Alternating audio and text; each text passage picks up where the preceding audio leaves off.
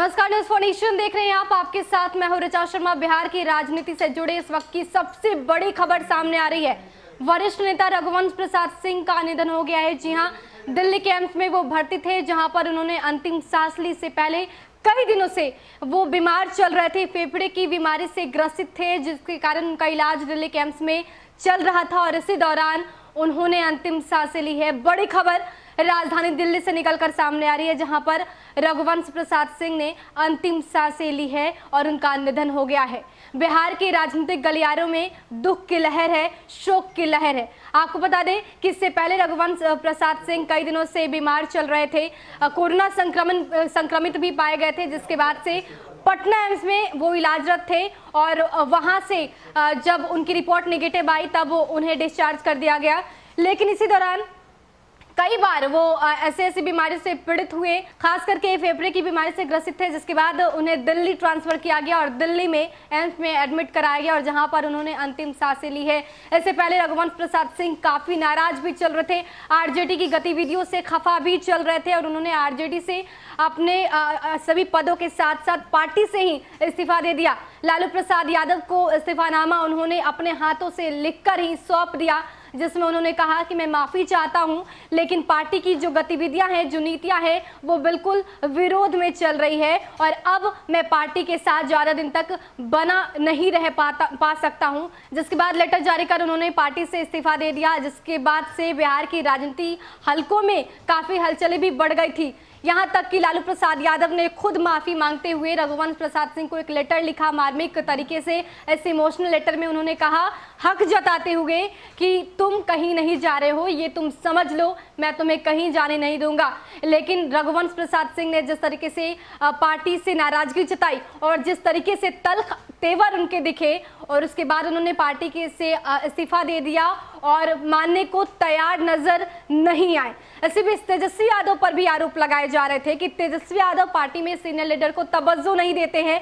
शायद यही वजह है कि रघुवंश प्रसाद सिंह कई दिनों से ये सोच रहे थे और आखिरकार उन्होंने फैसला ले लिया कि अब वो आरजेडी के साथ बने नहीं रहेंगे। जेडीयू ने अब डोरे डालने शुरू कर दिए थे रघुवंश प्रसाद सिंह पर और उनके बेटे को एमएलसी बनाने की बात भी निकलकर सामने आ रही थी। कहीं ना कहीं ये कयास लगाए जा रहे थे कि अब रघुवंश प्रसाद सिंह जेडीयू का दामन थाम सकते हैं। लेकिन इसी बीच बड़ी खबर सामने आ रही है कि रघुवंश प्रसाद सिंह ने अब अंतिम सांस ले ली है। उनका निधन हो गया है। दिल्ली के एम्स में इलाजरत थे और वहीं पर उन्होंने अंतिम सांसें ली है।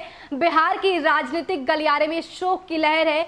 सभी लोग चौंके हुए हैं क्योंकि कई दिनों से उनका इलाज चल रहा था, लेकिन ये किसी ने नहीं सोचा था कि इतने जल्द रघुवंश प्रसाद सिंह अंतिम सांसें ले लेंगे। और जिस तरीके से बिहार में विधानसभा चुनाव होने हैं, ऐसे में कयास ये भी लगाए जा रहे थे कि एक बड़ा उलटफेर बिहार की सियासत में देखने को मिल सकता है, क्योंकि रघुवंश प्रसाद सिंह जो कि पार्टी से खफा चल रहे हैं, आरजेडी से उन्होंने गुड बाय कह दिया, उसके बाद कयास लगाए जाने लगे कि जेडीयू का दामन थामेंगे और विधानसभा चुनाव भी होने हैं। ऐसे में ये भी सवाल उठ रहा था कि आखिर रघुवंश प्रसाद सिंह क्या जेडीयू का दामन थामेंगे, क्या उस पाले में जाएंगे।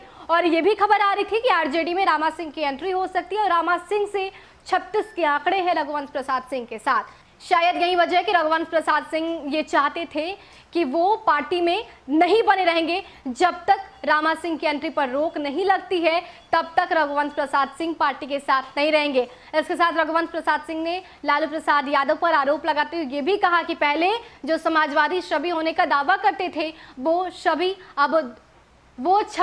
अब धूमिल होती दिख रही है।